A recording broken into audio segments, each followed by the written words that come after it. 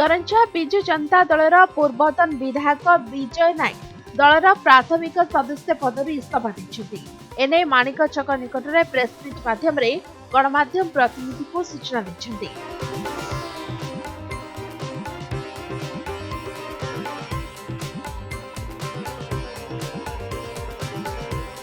चलित निर्वाचन में दलीय टिकेट पाइबारु वंचित होई से पदक्षेप नैथिबा और चलित निर्वाचन में स्वाधीन प्रार्थी भाव लड़िबा को निष्पत्ति नैथिबा मध्य सूचना दैछथि।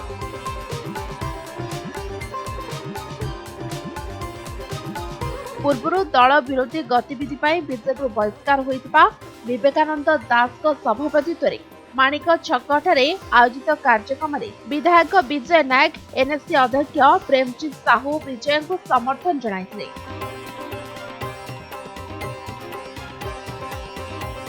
प्रेसमिट पर निजर समर्थक सहित माणिक छकठारु पदयात्रा बाहरी नगर परिक्रमा कर निजर शक्ति प्रदर्शन करथिले। करंजारू सत्यव्रत मिश्रଙ୍କ रिपोर्ट समय लाइव।